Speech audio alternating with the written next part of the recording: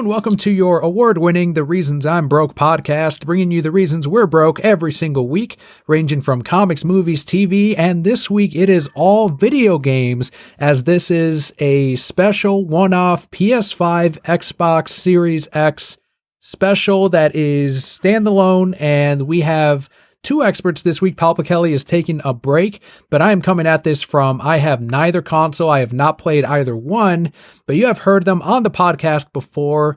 We've got Bobby and Macio both returning on the show to talk about both consoles.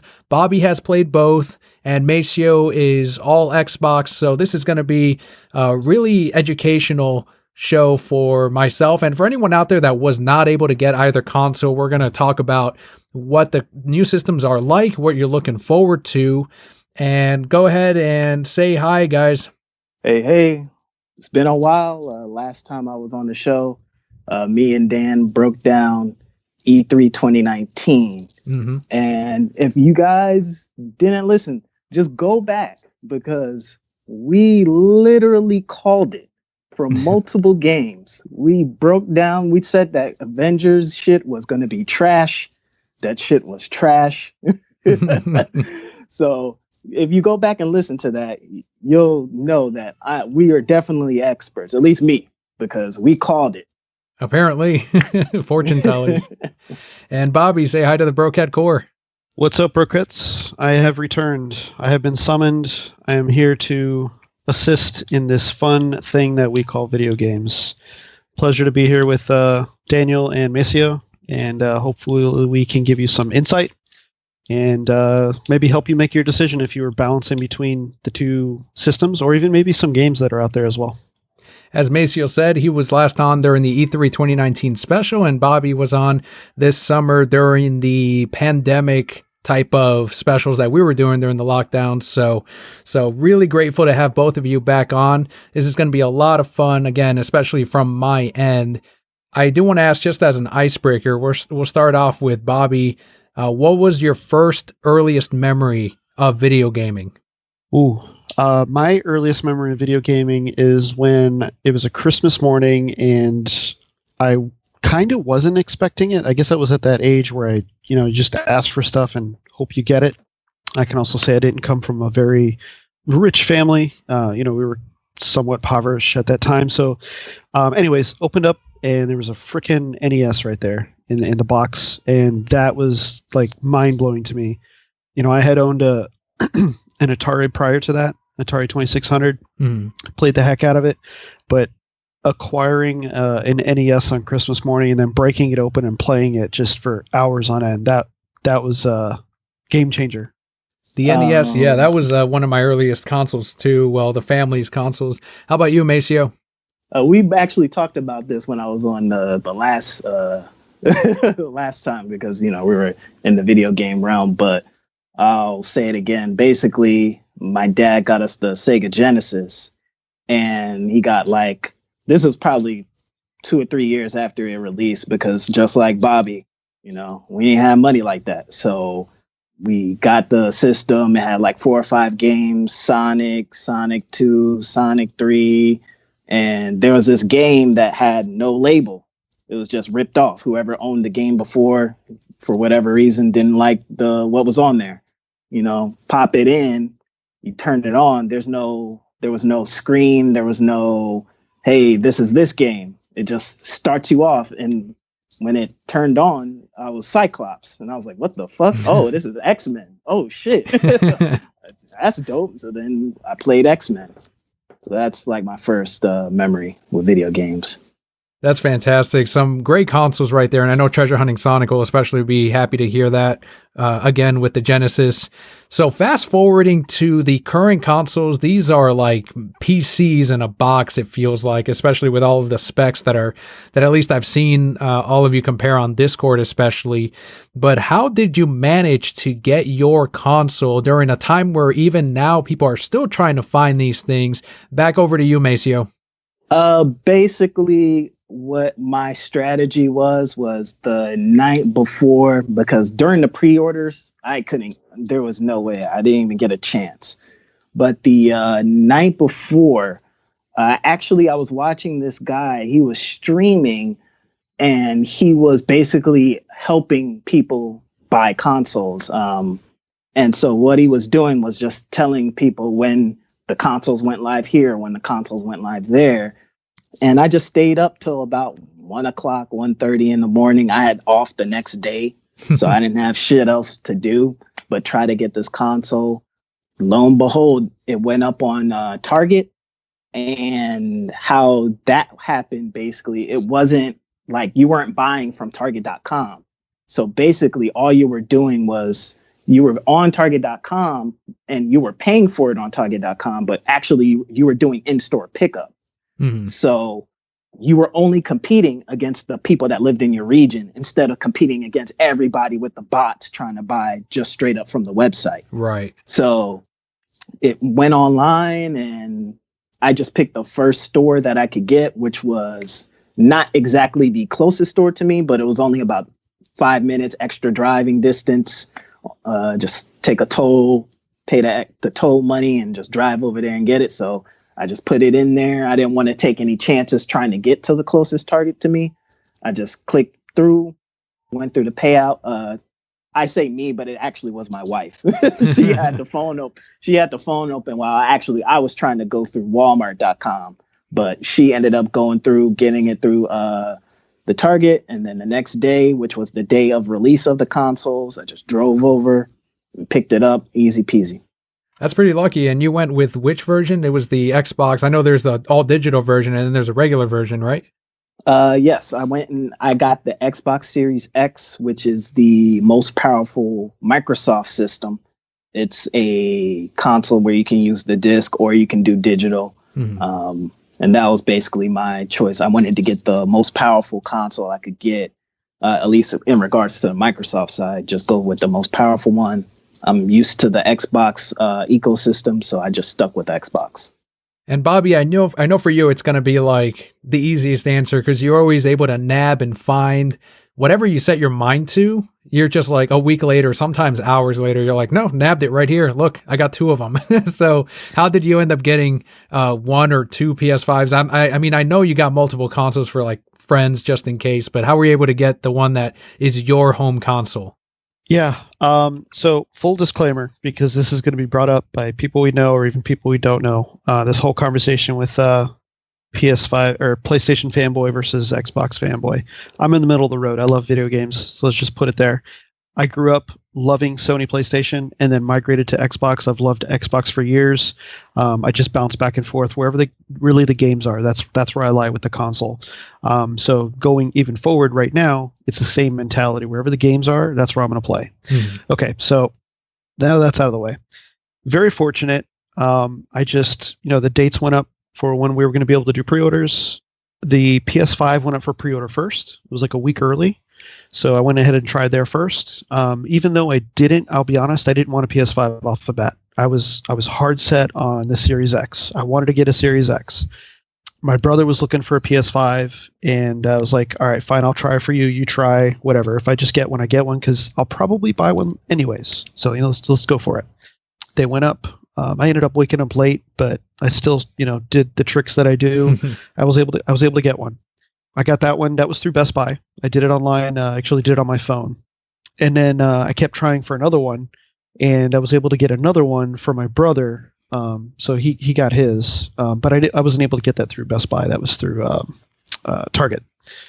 Got that taken care of, and the PS5 was in for in-store pickup. So when it released, I was able to go pick it up the day of release, bright and early, like 6 a.m. I had to schedule an appointment to pick it up. The Series X was a week later. I, again, woke up late for that one, but who cares? I had already nabbed the PS5 as a pre-order, so I was like, well, if I don't get the other one, at least I got one. Mm-hmm. Even though I really wanted the Series X, but I'll just, take it as, I got one versus none. We'll go from there, pick up one later on. And I just kept trying. I was literally about to give up, and the order went through. So I got lucky. And then the whole day I was like, I can't wait till I get the email that this got canceled, because it took me so long to nab it. But sure enough, it stood, and that was through Target for an Xbox Series 1X. The PS5 that I got was it's the disc version, so the full version, and then the Series 1X is the full version with the disc as well, disc drive, I should say. The Target one had to ship. I couldn't get store pickup; they were only shipping those, so I had to wait to get that one. So that's what ended up in what I was going to keep, because the PS5 I got day of release. The Series X I had to wait a couple extra days to allow it to ship to the house. In that time that I had it, I was really enjoying the PS5. The Series X arrived, and I kept it in its box. I saw all my friends trying to get one. They were frustrated. I just made the decision to pass it on to a friend at cost. I did not mark it up or flip it to make money, to get it to them so that they could have something to enjoy. I got my money back in essence, pretty much, and a happy friend gamer. So a couple of weeks ago, just before Christmas, I was able to nab a Series 1S. I was just an S, and I was trying to get it Series 1S. Trying to get it. Don't try to meme the name. You know what it is. It is the lesser version for those of you. And it does not have a disk drive. It is $200 less. It is a much smaller box. Just has a little bit RAM less. Not a big deal. We can get to specs later. I simply bought it to get it for a friend. They had already acquired one, so I was just sitting on it. I shopped it to some other people, again, not trying to flip it for cash, but just at cost. And I think it was 3 weeks, and still nobody wanted it. So I was like, you know what? I'll just keep it. I don't care. Like, everything's on Game Pass anyways. So I opened up that this past weekend. I think I made the decision to break it open, and it's been fine. I'm enjoying it so far. I like how you said your little trick, so I'm like, bots confirmed immediately. No bots. I'll be straight honest. I don't use multiple screens. I don't use multiple devices. I just use one device. It's usually my phone that I'm using, and the reason why is because it's easier to. I'm not going to divulge all my tricks, but it is easier on a phone to refresh and change pages and navigate versus a PC. PC, you got longer load times. Just for me, the cell phone's just so much easier. I will let everybody know, though, if you're trying to get one of these systems, wherever you're trying to get it from, let's say it's multiple companies, go into that company, go into your account, make sure it's logged in, have it saved to log in, so we need to go in, it's there.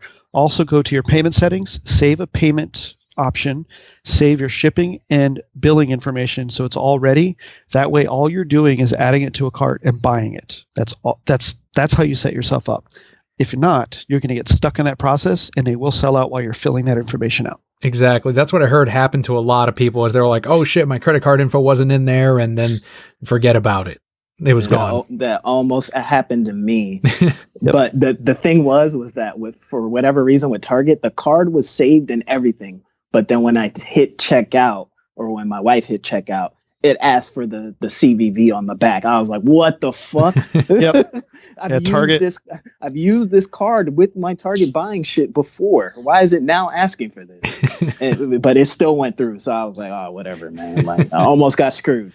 That close. Close one there. Yeah. So when you're sitting here looking at your consoles, and you're kind of imagining, I know I did it, the last time I did it where I was really, really excited for a console was back in the GameCube days. And I kept reading the magazines, Game Informer, Game Pro, Nintendo Power, and they all talked about the controller and how comfortable the thing was, and I just couldn't wait to get my hands on it. And those were the days where you're just like really just getting any bit of information you can from these things. And, these days you have videos and you have all kinds of people getting their hands on it early, and you can get all kinds of impressions. But you personally, what you expected to enjoy out of the console versus now that you've been playing it for a while, are those things different, or have they been the same? Back over to you, Macio. With the Xbox Series X, if you don't have one and you're already on the Xbox One or the Xbox One X, it's literally going to feel like nothing changed. Well, that's anticlimactic there. Yeah, but it's good in that sense because like the UI, everything is still the same from the one, but everything is just faster. So I would say the Series X is like the same as if you just went and you upgraded your PC. Gotcha. So it's like you just went, you got a new SSD, upgraded the CPU, you added some more RAM, and then you're like, damn, this shit is fast now. Like that's what the Series X felt like. I didn't go in thinking I was gonna get some crazy new experience. I was on the Xbox One, the original Xbox One, which by 2020 standards, it was just slow.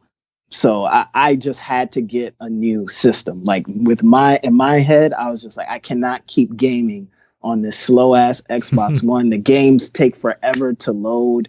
The shit looks like ass because before the Series X came out, I got a new TV. And man, I was like, damn, these games look terrible. Like I thought, I was just like, man, I thought the games didn't really look all that hot because I was playing on a shitty TV. And then I upgraded my TV and it made the games look worse. So I was like, man, I just have to, I got to make sure I get this Series X. And now that I have it, it's like, you know how people say like, oh, mobile gaming is the future because you have the phone in your hand, you pop the game on and you're just already playing. Mm-hmm. Like I find myself playing more games because I can just turn on my system and I'm in the game within 5 to 10 seconds. I'm already in the game, loaded in, my game save is loaded in and I'm playing in 5 to 10 seconds. I can play in a 5-minute, 10-minute batch and just turn it off and pick up right where I left off. So in that regard is great, but it's not like if you're trying to look for like a whole new experience, you're looking for the PS5 because like just how you had that excitement, Dan, with the GameCube and the new controller and all that kind of stuff. The Series X, same controller, same UI. So with the PS5, you got that new controller, you got that whole brand new fresh UI, all new different capabilities. With the Series X, you're just looking at a speed bump. And to me, that's great because them shits was slow. And it still doesn't there's no load times either, right, on Xbox, just like I've heard for PS5? That shit was a marketing gimmick, and we need to stop falling for that. And in 2021, we got to stop listening to what these fucking game companies tell us with the whole there's zero load times. There's load times on both of these fucking consoles. It's just very, very fast. So something that used to take 30 seconds now takes more like 3 seconds. And then maybe on the PS5, it might be 2 seconds because the loading times on the PS5 is faster than the Series X, but there is still loading times. Shit. Well, I'm glad I didn't. But if you remember, if you go back to the Xbox 360 and the PS3, they said there was going to be no load times, and that was a fucking lie. Mm-hmm. So they've been saying this shit since those days. They said it on the PS3 and the Xbox 360. They said it with the Xbox One and the PS4, and then they said it now. I mean, you got to think about it in this sense. On PC, a computer is way faster than a fucking console, and there's loading times on a PC. So how are they just going to magically get rid of load times on a console? It could be super fast. It could be 2 seconds. It could be 3 seconds, but it's never going to be 0. Yeah, that's one thing I was wondering too, because it's like, all right, well, if these consoles are quicker and there's no load times, then eventually they're going to make these games that are complex, complicated, and huge, that there would have to eventually be load times unless they deliberately left them smaller so that there wouldn't be any loading. So I was definitely fooled by that gimmick. Yeah, they tried, but it's when I say it's fast, it is freaking fast. Like I'll put it at this example: Borderlands 3 on the Xbox One took 4 to 5 minutes to load just to get to the fucking main menu to hit play. 4 to 5 minutes. It now takes about 10 seconds. Nice. So that's drastic. Like at the tail end, before I got my Series X, I stopped playing Borderlands 3 because I didn't want to sit there and wait 5 minutes. I didn't want to fucking go in the kitchen, make a sandwich, make a glass of fucking wine, and then walk over and then still be staring at a loading screen. Mm-hmm. So I just stopped playing the game. But now I can play the game. I just turn it on and just play it without having to worry about staring at a loading screen. How about you, Bobby? You were talking about the loading times being practically non-existent in a new Spider-Man game. Is that one thing that you were looking to enjoy or something you've discovered compared to what you were looking forward to on the PS5? Yeah, that was one of the things, like May said, the marketing that was pushed out there was the loading times. And then even before the system's released, when the reviewers got their hands on it and they were able to talk about certain things, that was the first things that they were impressed upon. So them being shocked, they whatever, sometimes they just blow things out of proportion because they're getting free things and whatever. Right. It did amp up my anticipation. And then when I actually got to sit down and start playing, because there's a little bit of setup involved with both systems. PS5s probably took a little bit longer, but that's only because I had to use my network to do some transfers versus my Xbox. I have external hard drives, so the initial setup went. I'm sure Mace can talk to it as well. Went very quick by using the app. By the time you're done answering the questions on the app, the setup's actually done on the Xbox, which is very impressive. Mm-hmm. But my game saves I have on external hard drives, and I can just plug those into the Series 1, and it recognizes them immediately. It doesn't require formatting or anything. Like, it was great. I was able to start playing games right away, minus some updates because I hadn't turned on my Xbox One S in a little while. Sucks that those names are so close to each other. But back to the PS5. The PS5, when I got running, the first game I played was, I think I played Miles Morales first. That was my first game. And the load times were I was very impressed. And then it's just mind-blowing. Like, the more I played it, comparing it to Spider-Man for the PS4, if anybody's played that game, you can relate. When you enter an area to do one of the fighting, one of the hideouts, you have to load into it. And then once you're done with it, you have to load out of it. Or if you get knocked out and you have to start over anywhere in the game, you have to go through a load screen to get loaded back in. Well, and that screen, all those instances could take maybe a minute and a half in some strange instances. In Miles Morales, if you take those same scenarios, because the platform of the game is literally the same. It's the same New York City. When you go into one of those hideouts, it's instant. Like, you're actually entering it through an AC duct, and then you're in there.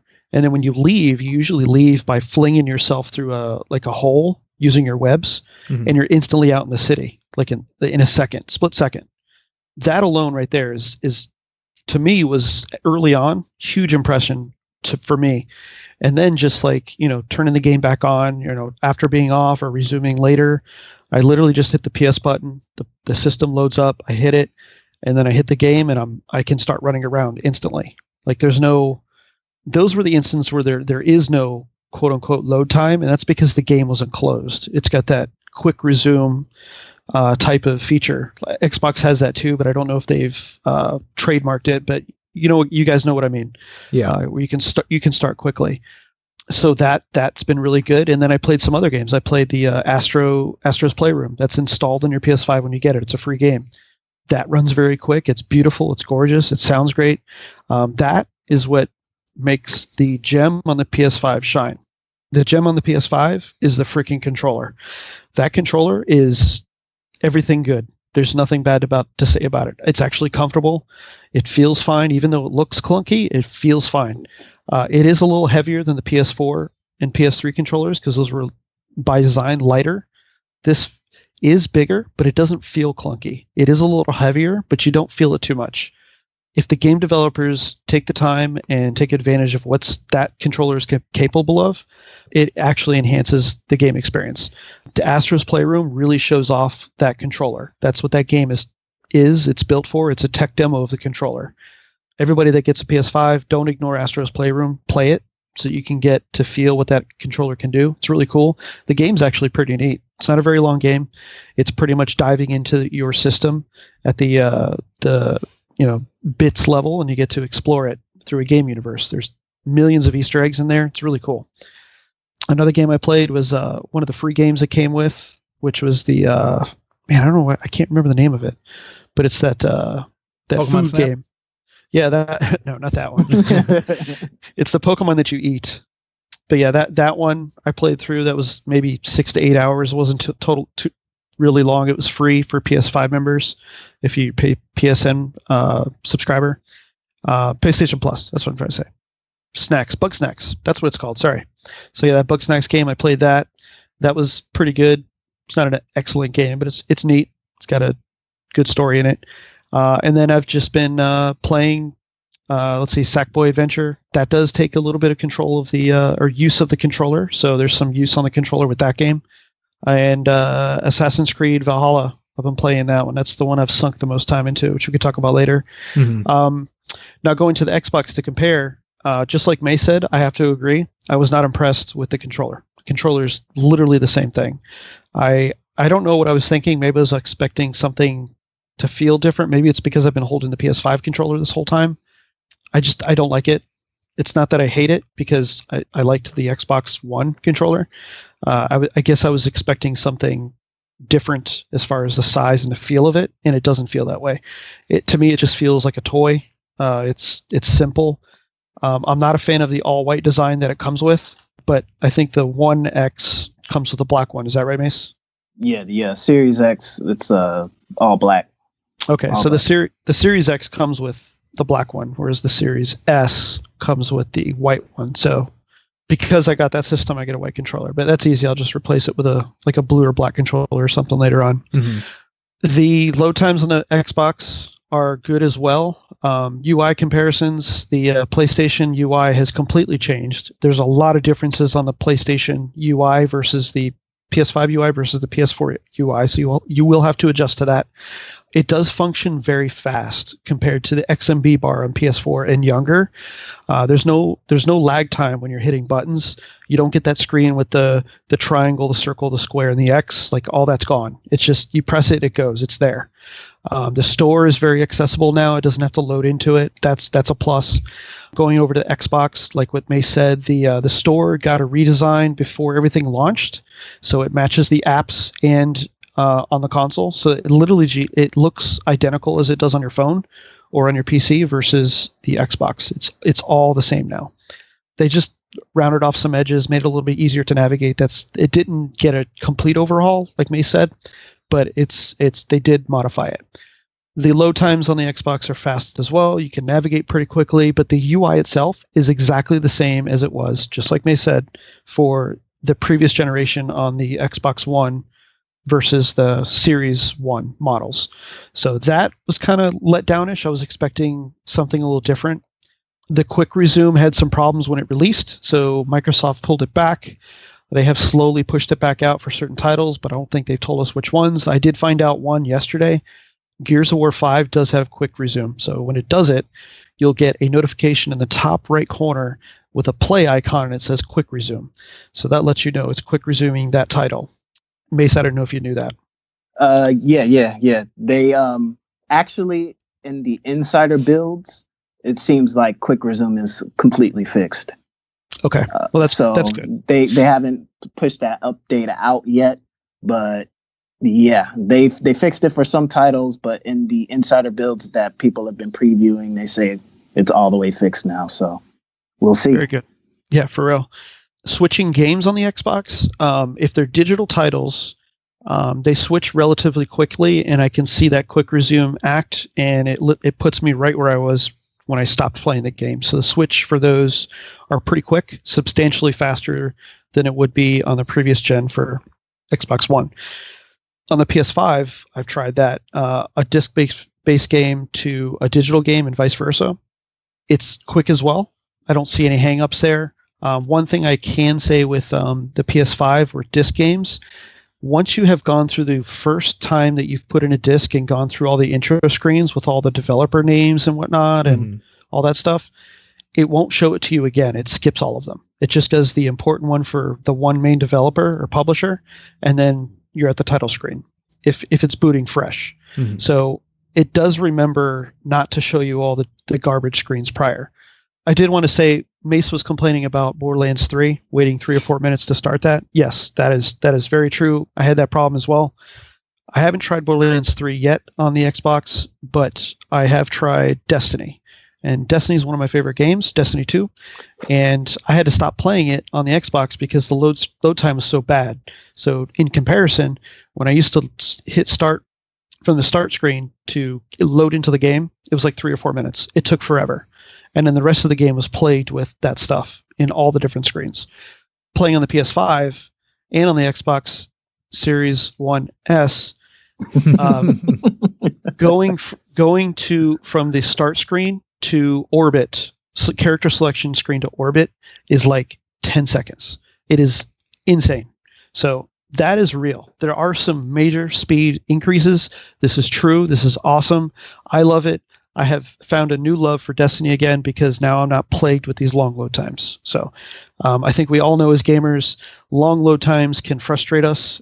It just makes the experience not pleasant.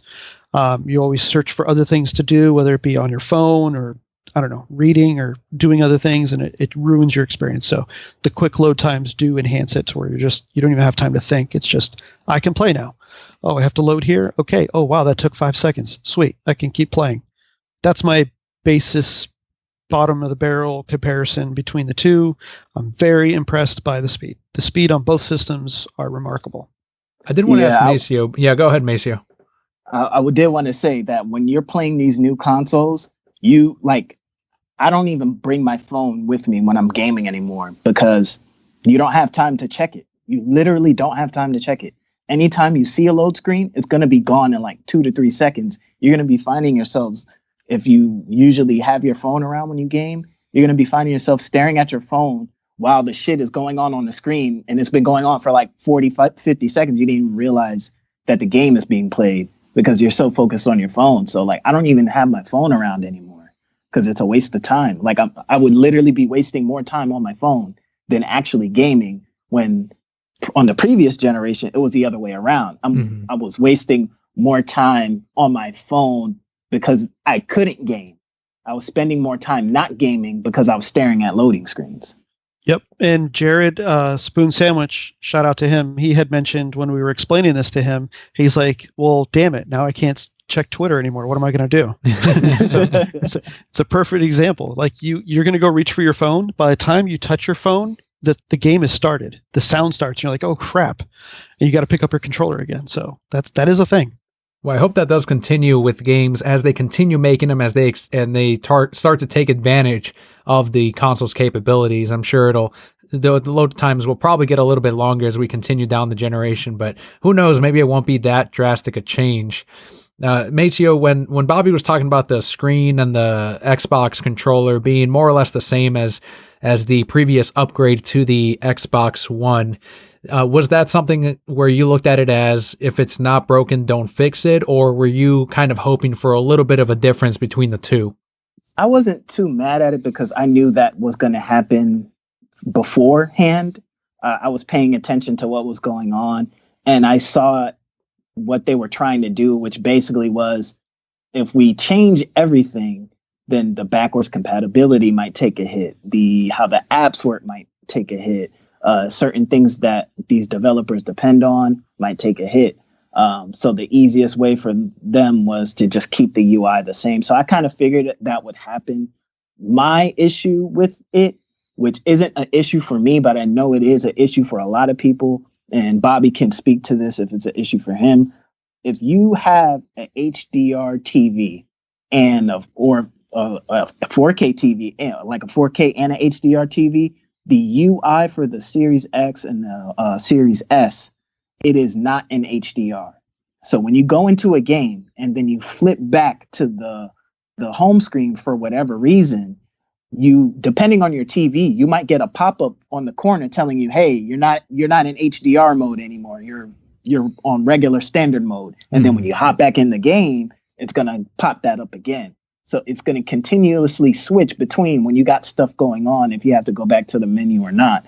That's my issue with it. I don't know why they couldn't at the very least, make it HDR. I know it probably make your eyes bleed because there's all this neon green and this and that going on and highlights. But to me, that's a missed point, especially when everybody's TV is consistently telling them you're in HDR, you're not in HDR, you're in Dolby Vision, you're not in Dolby Vision. So that was my main issue with it. Fortunately for me, my TV doesn't do all of that. If it does, I must have turned it off by mistake. I don't know. But I wasn't really expecting a huge change. I like the Series X controller. I've played with the PS5 controller. I'm not really into the whole vibration thing, even though it's really, really cool on the PS5. But I turn off vibration on all my games, especially when I'm playing multiplayer games. I don't like Right. having the distraction of vibration going on. But it was really dope on the little Astro Playroom thing. But I wasn't expecting a huge shift. Back in the day, I was like a PC gamer, and I would like add RAM to my computer, put a new CPU in, upgrade the power supply. So I was expecting more of that, and that's kind of what I wanted. But I would have definitely welcomed a fucking game, like for Microsoft to put out a fucking game like Spider-Man Miles Morales, or like anything. Like Halo was supposed to come out. That's fine. It got delayed. It wasn't ready. But to have nothing new, brand spanking new to play with the system, that was my disappointment. Not so much the UI and the controller. Well, let's talk about the games since we're kind of touching on that already. Since there haven't been any new games, at least on the Xbox, that you've been playing, what have you been sinking the most time into? I've been playing a lot of Minecraft Dungeons. All right. Coincidentally, because me and my wife, before the Series X came out, we were playing that co-op, and we continued, which the Series X pretty much cleaned up all the frame rate issues with that game. Because when you're playing in co-op, there's so much shit going on the screen, the frames would drop. So it cleaned all of that up. And then the load times again, just you pick a map, you're in the map. You die, you're starting right back over. You finish the mission, you're back to the camp instant. So that was pretty much it. Borderlands, I got back into Borderlands, running through the DLCs and one of those things that we didn't touch on is the 4K, 120 FPS. I'm fortunate enough that I got a brand new TV that can support all the new things with the PS5 and the Xbox Series X when it comes to HDR, 120 FPS, 4K, FreeSync. I got all of that. So just the game's just butter, just so super smooth, super responsive. Like you remember like that first time you played Call of Duty and you're like, wait, wow, man, like this game feels so smooth. Like it's so much more responsive than maybe like Halo back in the day, or any old shooter game. And then you're like, why is this so smooth? And it was because Call of Duty was the only game running at 60 FPS back then.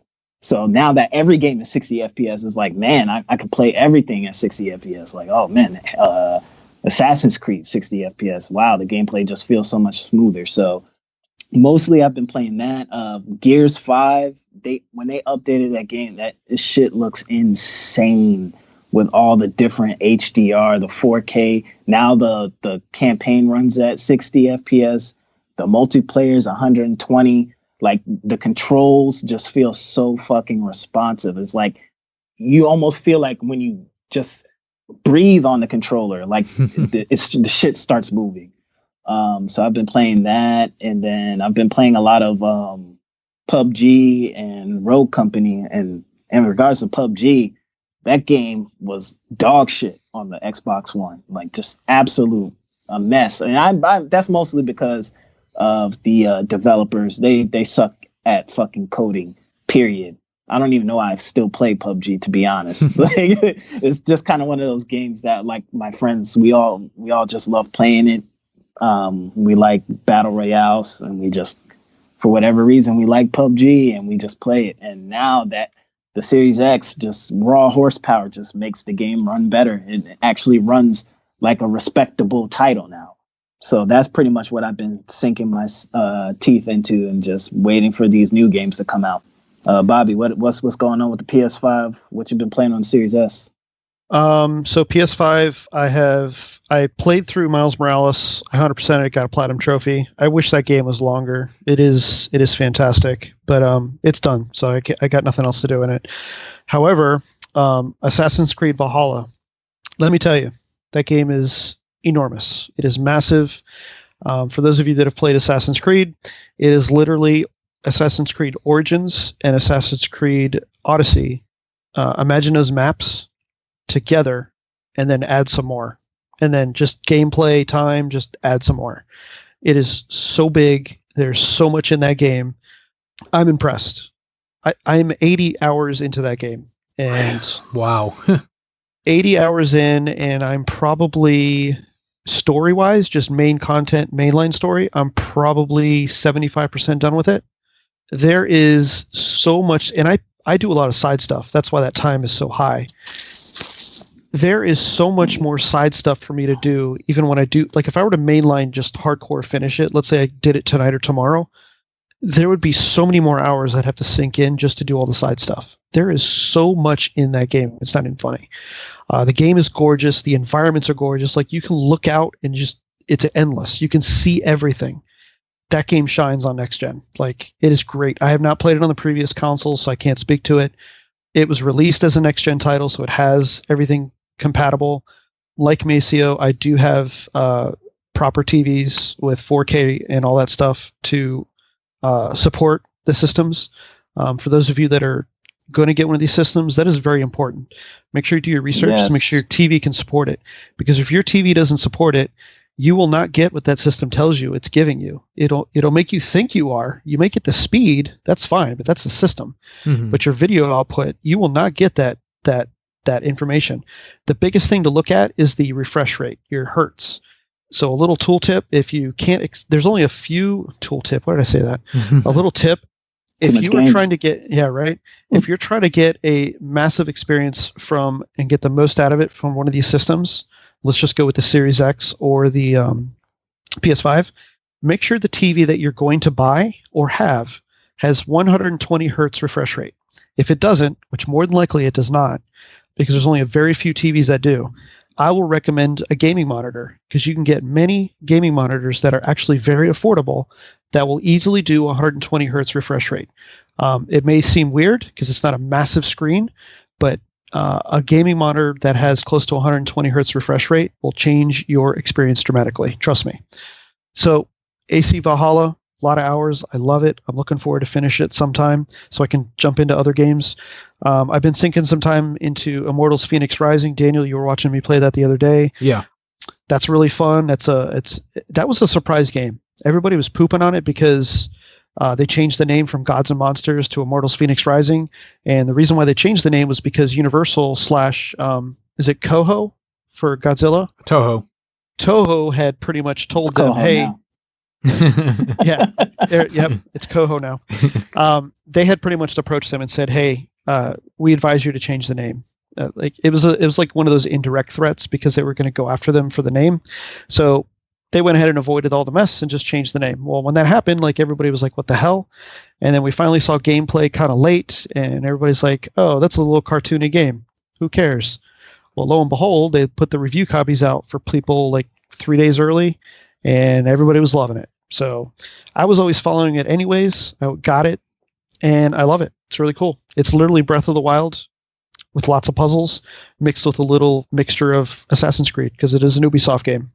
They know how to make open world games. I feel they did good on this one. I won't go and say it's amazing or anything, but they did a good job on it. So don't dismiss Immortals Phoenix Rising. Sackboy Adventures I play periodically. I can only get so much of it at a time because it's just one of those platformer puzzle level games where you have to find stuff. Kind of like think of like Spyro, kind of a little bit. Daniel, you've seen me play that as well. Mm-hmm. That is not like the previous games for Little Big Planet. This is more a single adventure of Sackboy with a story of rescuing your town. That's pretty much what it is. But there's a lot of levels. There's like 60 levels in that game, and they're all unique. So that's pretty cool. It's got that Yoshi's Woolly World and Yoshi's Crafted World type of feel to it as well. So Demon Souls I bought, and I had never played a Souls game, and it's not for me. I have it. It is absolutely gorgeous. It is a gorgeous remake. That game is so great looking. Yeah, that shit looks fire. It is nice, but I played it for 2 hours and made no progress. I suck at Souls games. I suck at them, and I have learned my lesson the hard way. But I will go back to it at some point just to plug away at it. I've watched some videos. I kind of understand what you're supposed to do in those games now. Where I was just trying to hack and slash things. You can't do that. You have to know how to move around and retaliate to things. I know Jock loves those games, and that's his style. He loves those games. People do love those games. They're great for a reason. I was going to say, as much footage as we've seen from Jacques playing it, you figured we'd be experts at the fucking thing by now. No, those That's all he streams. that game is they're really so hard. That is a Bobby, can I ask unforgiving you a game. question? Go for it. Because earlier you were talking about like how the controller works with Astro's Playroom and Bug Snacks. What about these games that you've been naming, like Assassin's Creed, Immortals, Phoenix Rising? Perfect. So Miles Morales probably did the best job of, and I've noticed it in Assassin's Creed as well, very similar. But in Miles Morales, every time you're swinging through the city, the triggers have resistance on them. So when you hit the trigger to sling a web, you feel the resistance, like the trigger is pushing you back. It's actually really cool. It's like how the hell is that happening? And then you think about it, it's like, oh, it's the tension on the web.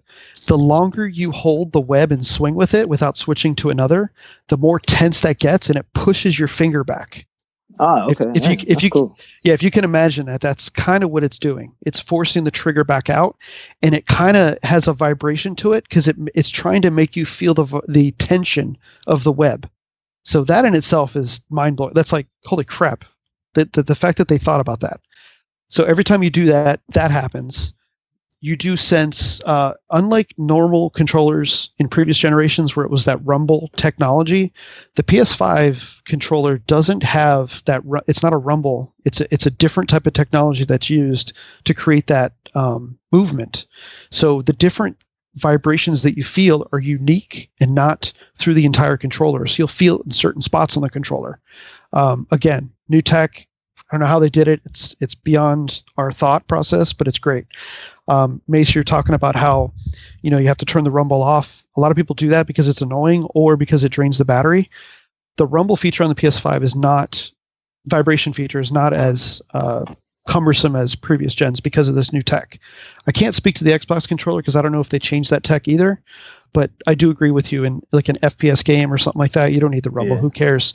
I think the vibration feature on the controllers, any controller, is very good for a solo aspect where it brings you into the game and assists you and helps you like immerse yourself in the game. Maybe not so much with a FPS.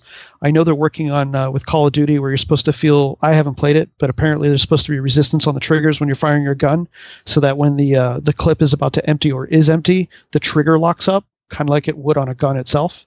That's pretty cool. I'm sure somebody out there can speak to that. I haven't played any Call of Duty, but apparently that was something they were supposed to work in there. Back to the controller. AC Valhalla, I have experienced it with, you have a bow and arrow as one of your weapons. Every time you pull your string on your bow, you feel the resistance on the trigger, kind of similar to what I was explaining with Miles Morales on the webs. You feel the trigger bounce back on you because the tension is getting stronger on the bow. The longer you hold it, the trigger kind of bounces. You can feel it bouncing a little bit because it's the string and your strength, like you're holding it too long. So it's very subtle things like that. You feel it with your axes or the weapons you're using. As you get more tired, you have to pull the trigger harder or the bumper harder to do the actions you're doing because your stamina meter's wearing down. Oh, okay. Oh, that sounds cool. Yeah. It's mostly like the competitive games where I would probably turn it off. Oh, hell yeah. But you turn it off. On the solo, like single player experiences, that would be something that I would be definitely interested in keeping on and just playing and getting more immersed, like you said. Yeah, I agree. Immortals Phoenix Rising has it on the triggers. When you're searching for things in the environment, you kind of get a rumble feel in the controller when you discover something. So some of the games are taking subtle approaches to some of the things. It'll be nice to see what they do with other games going forward. For me, I feel more immersed in what I'm doing through the game actions. It's really cool. And with these consoles and these games that you've been playing, it sounds like, Bobby, you've really gone deep into the PlayStation's titles so far. And like I mentioned, it's still really, really, they're young consoles. But what are 3 games that each of you are most looking forward to this year? Let's start with Macio. So first things first, the game that should have came out in 2020 that got pushed back, Halo Infinite. I've been waiting for it. This has been the longest since Halo's been released. This has been the longest we've gone without having a new Halo. It's almost been, I want to say it's 6 years or something like that. It's been a while. Like Halo 5 came out probably 2014, 2015. Might have been earlier than that. My memory is terrible.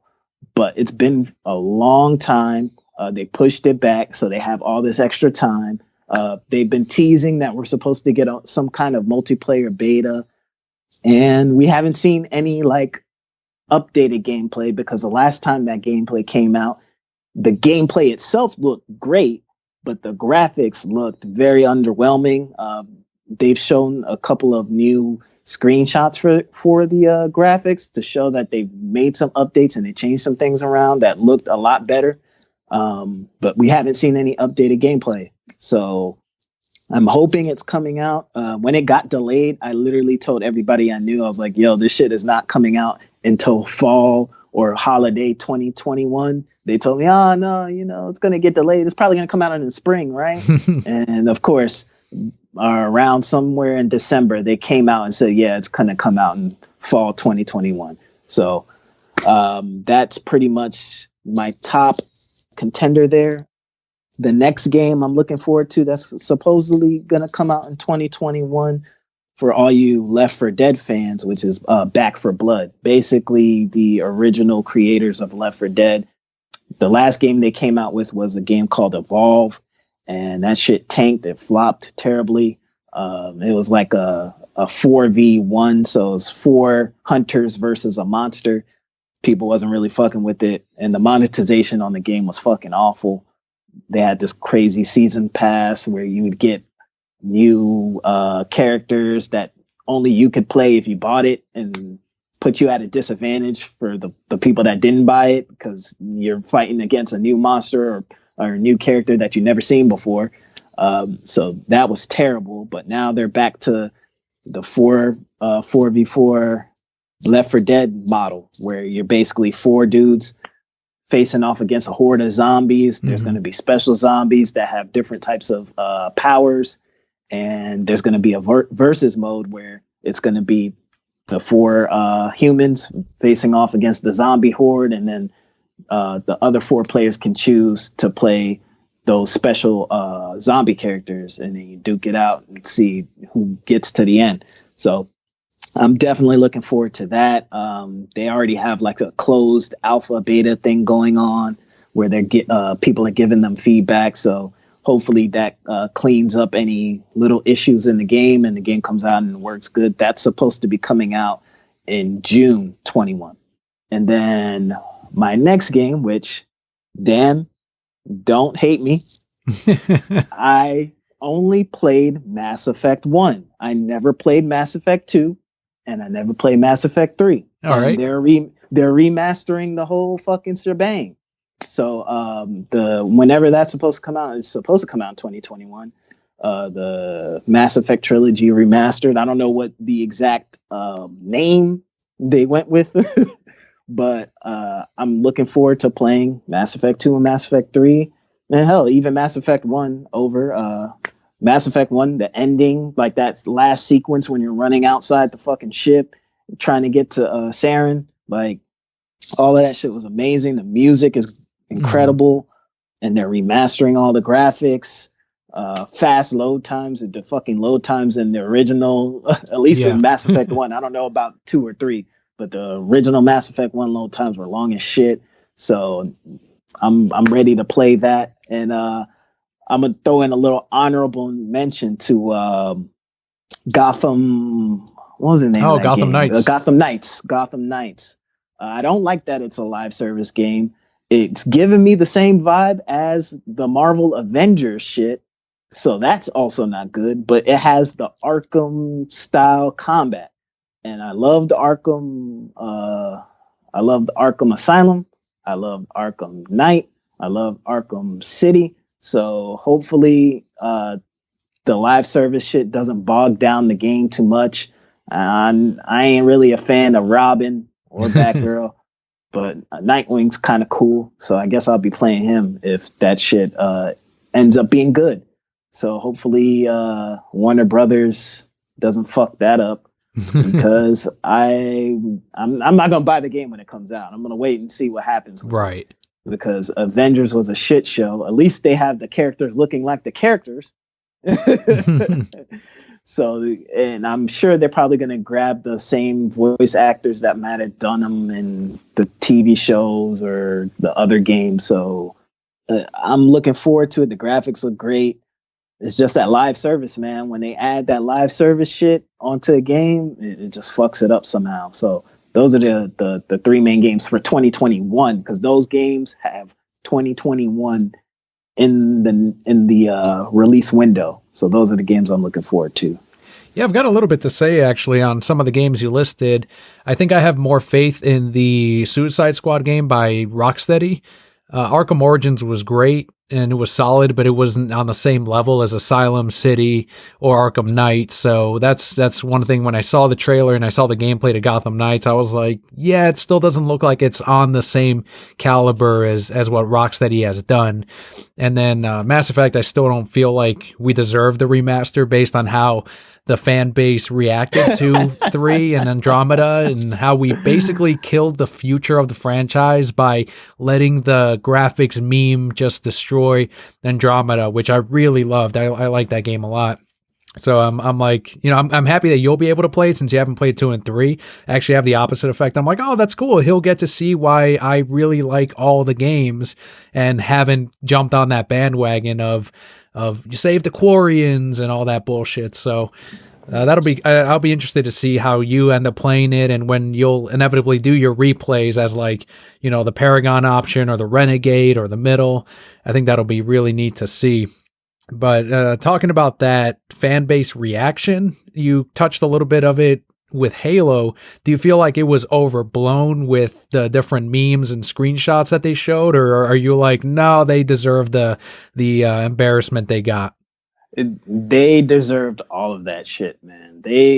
When they showed that gameplay, they knew it was behind. They knew they didn't go through and clean it up, because normally with these type of gameplay showings, they try to get a vertical slice of the game and then they just have people hammer away to make it look as good as it possibly can. And they didn't do that. They kind of just left everything bare bones. So that's why the Craig meme with the with the gorilla looking dude just sitting there staring off into space, because they didn't even put the facial animations into the fucking vertical slice that they cut out to have everybody watch. So every single character had just basic ass faces. They didn't add all the extra additional textures. So they deserved that shit. I was more paying attention to the gameplay, which I was like, oh dude, we get a grappling hook. You can fucking fling shit around with it. He can fling himself around. That's what I was paying attention to, the guns he was using. But when it came to the graphics and how unfinished it looked, they deserved all the hate. And I don't know why people were like, man, they were actually seriously mad that the game wasn't coming out, but it was clearly not done. Mm-hmm. And as we see now with Cyberpunk 2077, that game came out and is fucking atrocious and glitches galore. I mean, I don't blame them at all, because if Halo came out and that's supposed to be, you got PlayStation in regards to the whole fanboy war thing. You got PlayStation coming out with Miles Morales, a game that works perfectly fine. Doesn't matter if it's only 10 hours or 15 hours or however short or long it is. The game looks great. It works and it's playable. And then you look over and you got Halo, and that's supposed to be the flagship for Microsoft. Right. Mind you, they're saying that they're not going to have a bunch of Halo sequels like they used to do with Halo 2 and Halo 3 and Halo 4. They're saying Halo Infinite, that's going to be what you guys are going to be playing. If you like Halo, you're going to be playing this for the next 5 years, 7 years, 8 years. So why do you want the game to come out trash? Like, let them fix it up. I was fine with it, but they deserved all the Craig memes, all the fucking memes. I was crying. That shit was hilarious. Because when I watched the gameplay, I didn't notice any of that shit. I was like, man, the game looked great. And then later on, I see the still image of Craig, and I'm like, man, that's hilarious. Like, you can't fucking knock it. That shit is hilarious. Just like I laughed at the Andromeda shit. That shit was funny. They also chose to play that long demo. That was a lengthy demo that they chose to show off. So they kind of set themselves up for it, but good on them, because they did it back in when was that? June, July? Yeah, June. So they had plenty of time to react and formulate what they were going to do, and if they were going to slight delay. But if not, you see what we got. Versus some other issues, like you said, Cyberpunk, where it's just let's ignore everything and put it out. Yeah, let's jump over to the other side, Bobby. What are 3 games you're most looking forward to in 2021? All right, so I have a few games, but I'll stick with the ones that should be releasing this year, that at least we know of. As long as it doesn't get delayed again, my top on the list, because the other games I have won't release this year. Halo Infinite is probably my top game there. We haven't had a Halo game since 2015. Yeah, October 27th, 2015 is when it released. So it's been a while. I won't call myself a Halo fanboy, but I will say I enjoy Halo, and I had a lot of fun with the previous renditions. I mean, I was the one that would set up in a house at a friend's house. He had 4 bedrooms, 4 Xboxes, 4 TVs. We'd LAN networked them together on Halo 1, Halo 2, and Halo 3 over the years.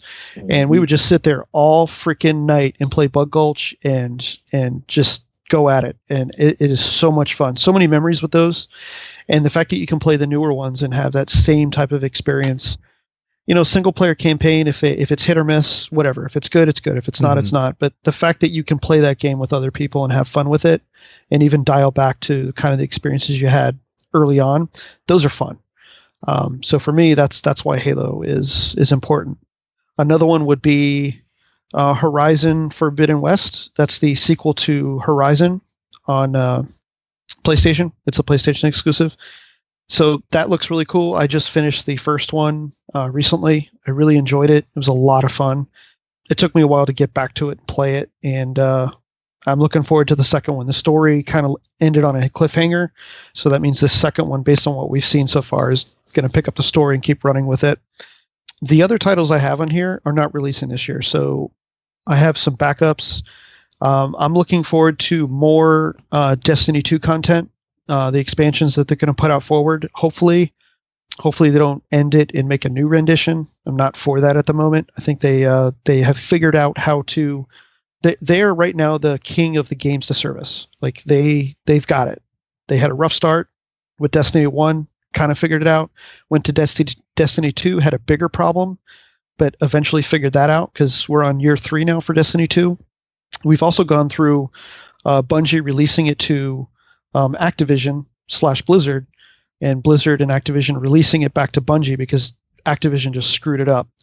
For those of you out there that have given up on Destiny 2, it is back to what it used to be. The game has dramatically improved.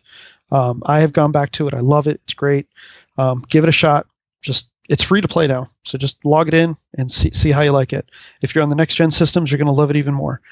So I want to see what happens going forward with Destiny. I love Destiny, and I hope it gets better. As far as titles that are not coming out this year that we know for sure, Gotham Knights is on my list. I think that's supposed to come out this year. The problem with that, like May said, I just found out recently that that's a game to service. I actually don't give a shit about that game right now. That game is done for me. Nope. What that tells me is that you're going to have to go to think Gears of War, the new Gears of War games. You're going to have to go to a lobby and pick a player, and then you're playing a game. And then what can also happen is somebody can randomly jump into your game and start playing a character alongside you. You can turn that setting off so that it's not that much of a nuisance. But if you have it on, you're going to get trolls coming in your game. Mm-hmm. The other problem is if you're playing with weird people, just you don't know who they are, they're going to progress the story faster for you, and you can't enjoy it because they're going to keep running ahead and activating story sequences. That's the only problem with playing with randos. And the same thing is in Gears. If you're playing Gears that way, the person you're playing with just rushes forward, and you can't enjoy the dialogue or what's going on around you. They rush through it. I like to take my time to those games. So unless you're playing with somebody that's the kind of, you have to work out that balance of how you play. Gotham Knights, I was really excited for it, but the second they said games to service, I'm like, I'm out. It's just that's a recipe for disaster at this point. God of War 2, the Ragnarok, probably won't get that until next year or the year after. I'm pretty sure that game's a ways off. But actually, they're saying that's supposed to come out in 2021, supposedly. I don't believe it, but with the current state of gaming and the restrictions, like who knows? I would love to see it, but you know what? After this cyberpunk disaster, I don't care how long you take. Fix it and then give it to us. Or I shouldn't say fix it. Make it and then give it to us. Same type of gameplay as the last one? Yeah. Supposed to be similar. That game was phenomenal. I beat that one recently too. I can't believe I took so long to play that one. I should have played the original faster. When it came out, I went away from it. Gran Turismo 7, I want to play as well. That's the true racing game. I'm sorry, Horizon fans, but Gran Turismo just is better. That's all there is to it. Bobby, have you played Horizon on the Series S? I have not yet. It's there. I have played it on my phone using xCloud. So yeah, it is good. And I guess you can call me a fanboy. I'm a fanboy of Gran Turismo series. That is a true racing simulator. I know Horizon comes Horizon's close. It's an arcade game more or less. Horizon comes close. I will give it its credit. Horizon is close, but it is not what Gran Turismo is. So there's the fact. I do enjoy Gran Turismo more, and it's been a while since we've gotten one of those. So having a fresh one on these new systems should be amazing. Did you want to go over other games that are coming out later, Daniel? Or yeah, you can do shout outs to those as well. All right, and Mace, tag me back and forth if you got something that I didn't bring up. Yeah. I'm looking forward to Callisto Protocol. For those of you that haven't heard of that, that's the new game that is coming out from the same company that made Dead Space. It is literally a Dead Space continuation. It is the same director, same writer, same team, same studio. Same universe or? They didn't really say that. It's not. So it's not because I don't think it's not through EA, is it? I don't know. I don't think so. They didn't let loose so many details. He was very cryptic when they interviewed him. That's still really cool, though. It'd be neat if they did, but I don't think they are. I think they're going for something new. He is challenging himself and his team to make the greatest horror game ever. Mm-hmm. Dead Space was great. 1, 2, and 3. I enjoyed all of them. They're great. So Callisto Protocol, I don't think that's going to be this year. I think that's going to be next year, the year after. Xena, Bridge of the Spirits. That's the one that we saw during the Sony demo event over the summer. It's a really cool game. Looks really nice. It's a nice adventure type game. Elden Ring is, everybody wants to see gameplay of that. That's the Lord of the Rings game that they're making. That should be great. We'll see. Still haven't seen gameplay on it. Ghostwire Tokyo, I know, is highly anticipated. We finally saw gameplay recently. That gameplay kind of pushed me back. I don't care for it now. It's not my style, but it's still heavily anticipated. Back for Blood, Mace had mentioned that. That is the Left 4 Dead sequel, if that's what you want to call it. It's part 3 in the series. New reinvention of what you're doing. That seems really cool. If anything, that would be a good model for games as service because they know how to do it. They did it well in the previous 2 games, and this is Turtle Rock Studios. Turtle Rock did a great job on Left 4 Dead and Left 4 Dead 2. Diablo 4, that's probably coming to PC. But they're probably going to port that over to the systems as well because Diablo 3 did very well on all the consoles. That's very programmable for a controller. So Diablo 4 looks beautiful. So hopefully it's coming to consoles. I think it is. That's going to be an interesting one.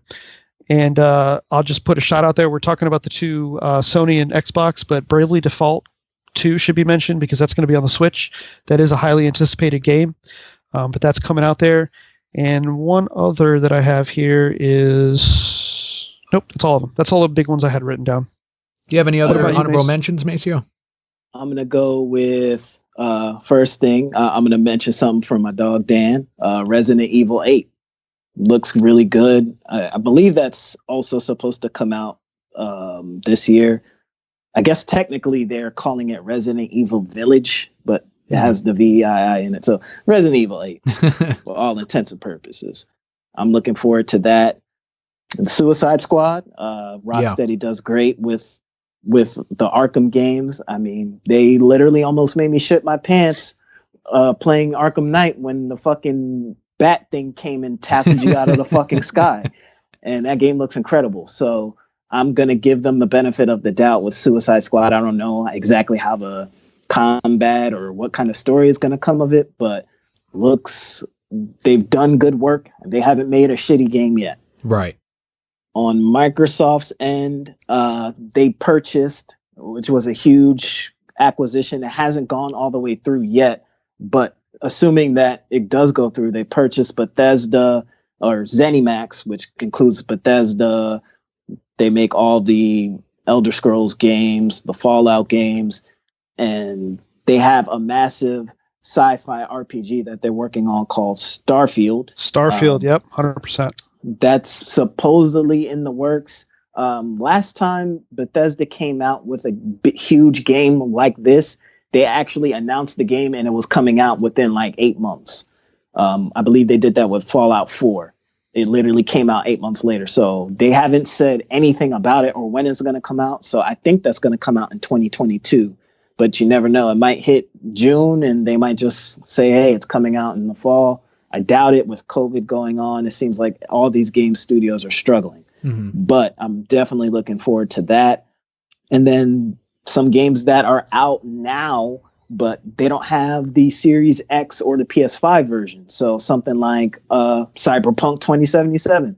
It came out, but everybody's really playing the Xbox One and the PS4 version. So I'm waiting for the PS5 and the Series X version so I can hop in and play it, because I'm not going to play it when it's still broken and we're playing a previous gen version just in backwards compatibility mode. Yeah, that game hasn't released. It's technically has not released. Yeah, so that's the same kind of feeling I'm on right now. And then my mind is blanking on. My mind's telling me. I guess probably I would say Fable. Microsoft, they're rebooting Fable. That shit probably not coming out until 2023. So I'm not. It's kind of, that's why I couldn't remember, because it's so far in the back of my mind. But that's pretty much what I've been looking forward to. And fuck Madden. Wow. Yeah, I heard the last one wasn't very well received. Dragon Age is another title, but we still haven't had any gameplay footage, just trailers. You said Fable. And then Final Fantasy 16, but I don't think that's this year because we still haven't seen gameplay footage, so that'll probably be next year or the year after. And when they're going to finish the remake. What's up? Yeah, that's another thing. We need part 2 to the remake, part 2 to 7 remake. I was just talking to somebody about that yesterday. I'm waiting so they can put out the whole thing. Just put the whole thing out so I can play it. Well, in that same universe, they still haven't released Kingdom of Hearts 3. When I booted up my version, it said 2.9 on it. So that one's, I don't know, we're never going to get that one. It was a trick. Inevitably, these consoles are going to get a revision, lighter console, smaller one, or longer battery life for the controller, whatever it may be. But from the little bit that you've both played, what do you wish to see on a 2.0 model of either console? Back to Bobby. So first off, I'll mention some quick cons on the current systems, because maybe this will be fixed later with updates, hopefully, is the UI on the PS5. When you try to download a game, because we have this whole conflict with PS4, PS5, and upgrades and all that stuff, because it's so dramatic, you got to think this is the first time we've had the backwards compatibility on day one. Correct me if I'm wrong. With so many different titles, like almost the full libraries on both systems are backwards compatible on day one. So because of that, noticeably on the PS5, when you go to the store to download a game or to update a current game, let's go with Destiny. Destiny, it'll download both versions of the game. So instead of downloading a 60 gig game, it'll download to 120. It downloads both. Why in the world do I need both versions on my PS5? I don't. Yeah, you don't. So it doesn't. You have to actually click on it with the 3 lines and decipher what version. If you don't do that, it just hit download. It's going to download the entire thing for both versions. Meanwhile, you're eating up the precious space on your hard drive. So that goes to one of my cons, is the hard drive gets ate up so quick. Like on the PS5, the OS takes up about a third of the system storage. On the Series 1S, a 512 gig SSD, and I had 315 gigs available after startup before installing anything. A lot of space is taken up from the OS. As far as the store deciphering different versions on the Xbox, they've got that worked out because they've been doing backwards compatible longer. So that advantage Xbox, they've got it, or Microsoft, they got it down. There's no issues with versions. Whereas on PS5, you have 2 different versions you have to worry about trying to find. It's very clunky and it's very hard to see. I actually had to struggle with it when you download them and you don't do that, it won't show you in the download listing which is which. So you have to delete them and then go find them again to make sure you download the right one. So forewarning for everybody. What I would like to see on a better version, if released later, would be more SSD storage. Make those storage sizes large. Yep. You know, the games are getting better. The textures take up a lot of memory. I think it was Call of Duty Cold War, the current one. That pre-download for that game on the PS5 was 216 gigs. That is insane. Now, granted, a lot of that is a la carte. You can choose which modes not to install, which is cool. A lot of games are doing that now. Gears has that too now. I noticed Gears 5. Yep.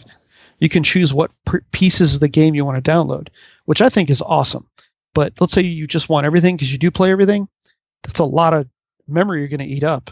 And then you're forced to go delete things or move things around. That sucks. So I'd want I know it's cost. Everything comes down to cost, but we need more storage space. If they're going to force all this digital content and as much space as these take up, we need more space in the units. Yes, we can add external storage, but that just causes more money, more things to plug in and move around. Smaller footprint and size, maybe. The PS5 is giant. That thing is a mammoth. Yep. It is huge. The Xbox Series 1X is also large. The only difference is it's very dense because it's just that cubical rectangle that stands up. The Series 1S is very small. It is, Dan, I'm going to send you a picture in a little bit. I'll do a size comparison between the 1S it's like a textbook and the Series 1S. Yeah, it's literally the size of a book. It's so small, and both systems are extremely quiet. You can't hear them. So like the PS4 usually sounds like a helicopter after a little while. This PS5 is completely silent. You'll hear the disk drive boot like maybe every 45 minutes or so because I think it's just refreshing some things, and that has a little bit of noise, but it only lasts for like 10-15 seconds and it's gone, and you hear nothing. It's not pushing out ridiculous amounts of heat. Everybody was concerned about how hot it's going to be. It's amazing how well they design these with the cooling systems and their fans. Not only are they silent, but it pushes heat out in a manner to where it's not billowing like everything heated around you.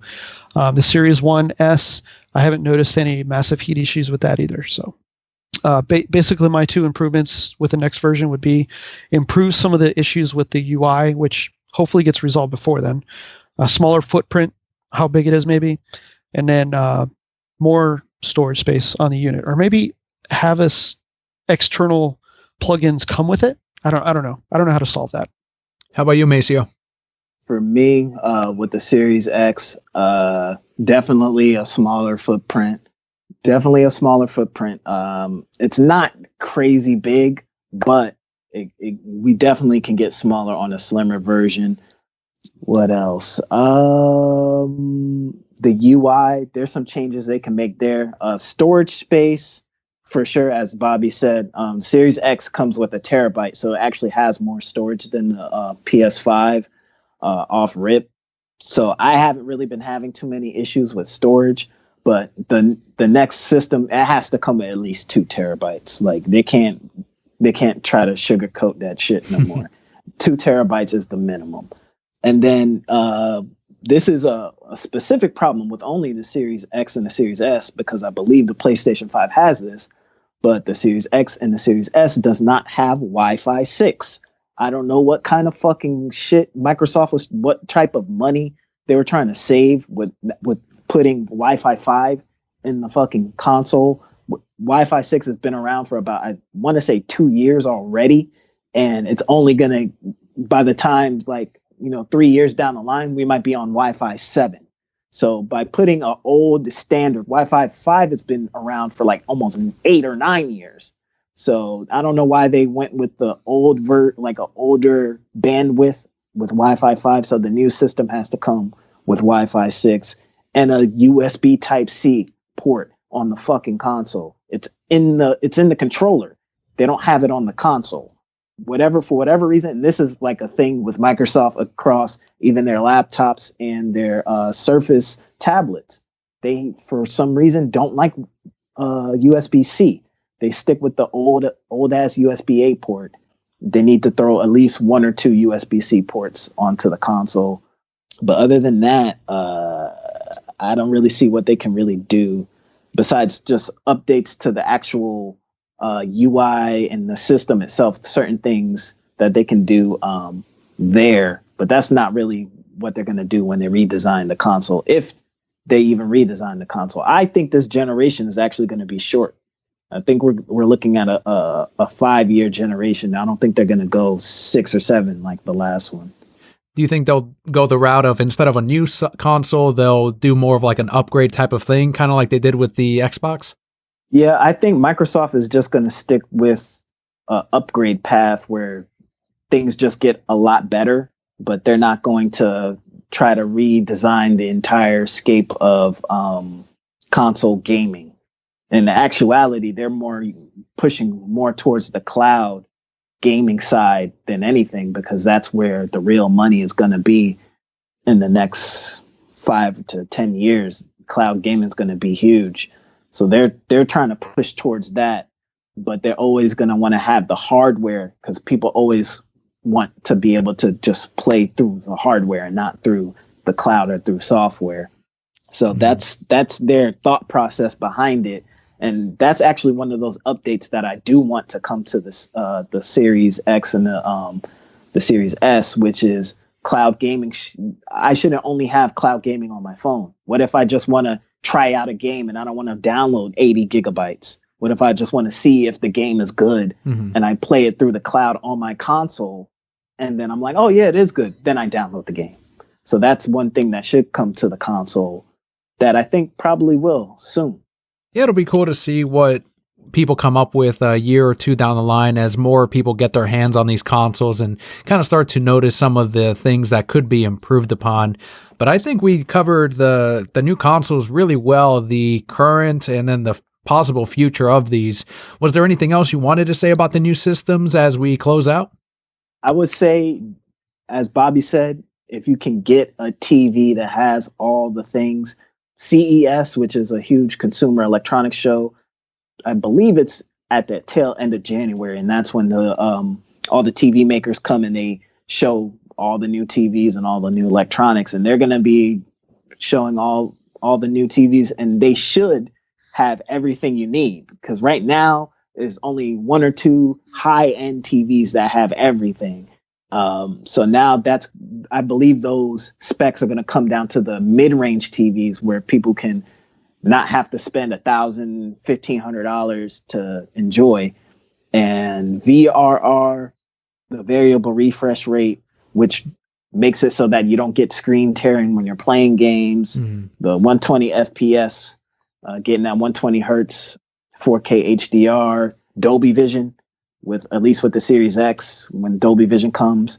So those are the main things that I want people to know. Like, if you're getting these systems, if you have the money, try to get a new TV. If you haven't, especially if you haven't upgraded a TV in like 4 or 5 years, I was still playing on a fucking plasma TV from like 2008.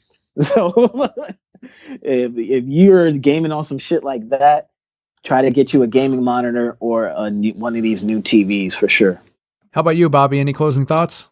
Yeah, same thing. Make sure you do your research. If you already have your systems, go back and take a look at your TV, because more than likely you're not even playing at maximum resolution. Just because you have a 4K TV doesn't mean that it can support what the systems are pumping out. It's more than likely downgrading what you're seeing, and you're actually not seeing as good as you want.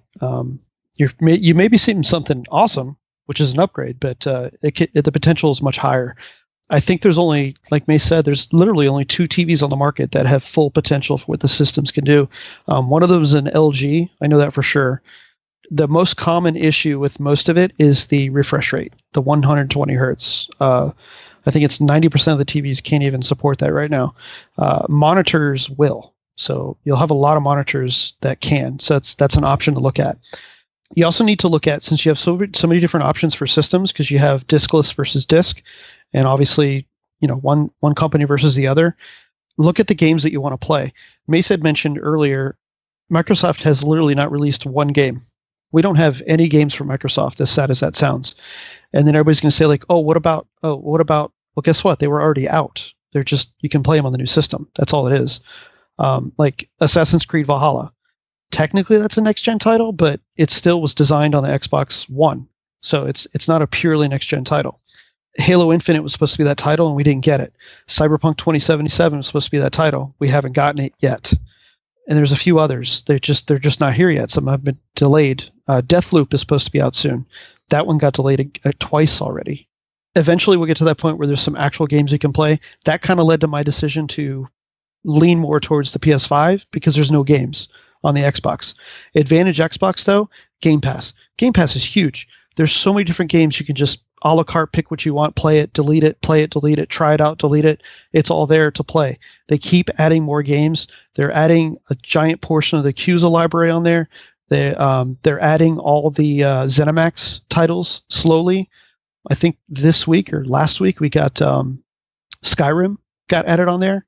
When Starfield releases, we're guaranteed to get Starfield. They haven't said whether or not it's going to be console exclusive, but regardless, we know it's coming to Game Pass. Mace, have you tried out the xCloud on your phone yet? I have an iPhone, so no. Got you. Unfortunately, Microsoft, not really Microsoft, mostly Apple has blocked any type of cloud gaming on their phones, so I haven't been able to try it.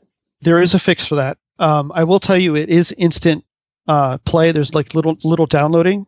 When you pick a title off the app, it maybe loads on a good Wi-Fi connection. It'll load for maybe 20 seconds, and you can start playing. I've played Gears 5. I've played Horizon. I've played Battletoads, a couple of various titles, and they all work very well. The quality is very high. There's very little lag. You can get a mount for your Xbox controller to put. I'll take a picture of that as well, Daniel, so you can use it. There's a clip that you can put on your controller, and it holds your phone, so you use your actual Xbox controller while you're playing the game. There's a couple games that let you use touchscreen, but why would you want to do that? Just use the game Xbox controller. Xbox controller, yeah. So I can speak from experience. Like I was blown away by that. I can sit on my couch and play that on my phone, or at work, or in line somewhere waiting for something. I can do that. I will tell you that Microsoft has beat around the corner with that, and they're able to use a web-based version to access the xCloud. So that's coming to Apple soon. Oh, okay, cool. So that's going to bypass the Apple Store using the app. You log in on a web browser to access the cloud that way. Awesome. Well, this episode has been really, I know for me, it's been educational. I've definitely learned a lot. And when I eventually get one of these new consoles, hopefully, and then have that library of titles to catch up on, just like I did with the PS4, I'll be a little bit more prepared. And I have a lot to look forward to, especially with the lesser loading times. Is there any place that the Brocat Core can find each of you as far as social media accounts? Go back to you, Bobby. If you join our Discord, I'm there. I'll talk to you, answer questions. Daniel has all the links for our Discord, so make sure you check out our Discord. If Discord bothers you, just turn off your notifications. You can just come in whenever you please and tag us and stuff like that. But I am on Discord. I do have a Twitter account. I just don't use it. This past year, 2020, and going forward has been a little rough in different areas. I chose to remove myself from social media. I read it. I haven't deactivated my account, but I don't. I'm not active on there. I don't post. But if you tag me, I'll read something. Cuban Slim on Twitter, and I really don't have. I have a Facebook account, but it's only for work, so I won't even give you that information. It's not useful. But yeah, Twitter is probably the best way to reach me, or our Discord. Yeah, there will be a Discord link in the description of today's episode. How about you, Macio? Twitter @Mac the Murderer. Fuck with me. There will be. I want all the smoke. I want all the smoke. Down for whatever. We can talk shit about whatever y'all want to talk about. Mace, let's play some Avengers tonight. Fuck no. Absolutely not. Who does Macio have to play as in the game? He can pick whoever he wants. Except the Hulk, right? Because that's your character. I'll play somebody else. If he can play the Hulk, I'll play somebody else. I'll play Kate Bishop. Kate Bishop is actually awesome. So I'll play somebody else. You gotta play that trash ass homeless Captain America. Sure, he sucks. I'll play him. And again, there will be links for Macio's Twitter as well in the description of today's show. Guys, this has been a really fun time for me, and not just because these aren't guests, Brocat Core, these are friends that are on the show. So it's a very different dynamic for sure. These are guys that I've known for years. We've hung out in person. I know them personally, so definitely hits differently when I have guys like this on the show. So I do want to say thank you to both of you for coming on this episode and giving a deeper perspective perspective on the world of video games. I'm really grateful for that, and I really appreciate it. Hey, man, thank you for having me. Oh, by the way, did you notice it was July 4th? What? You didn't know? You didn't see the fireworks, man? It's July 4th. You know Yep. this? No? 4th of July. God damn that movie. Holy shit. Awesome. So, Brocat Core, thank you all so much for tuning in once again this week. I've been Daniel, and you guys sign off as well. I am Bobby, Cuban Slim on Twitter, Discord. Thanks for hanging out with us. And I'm Mace. Appreciate you having me on the show, Dan. Brokets, shout out. Brocat Core, all will be well. All will be well.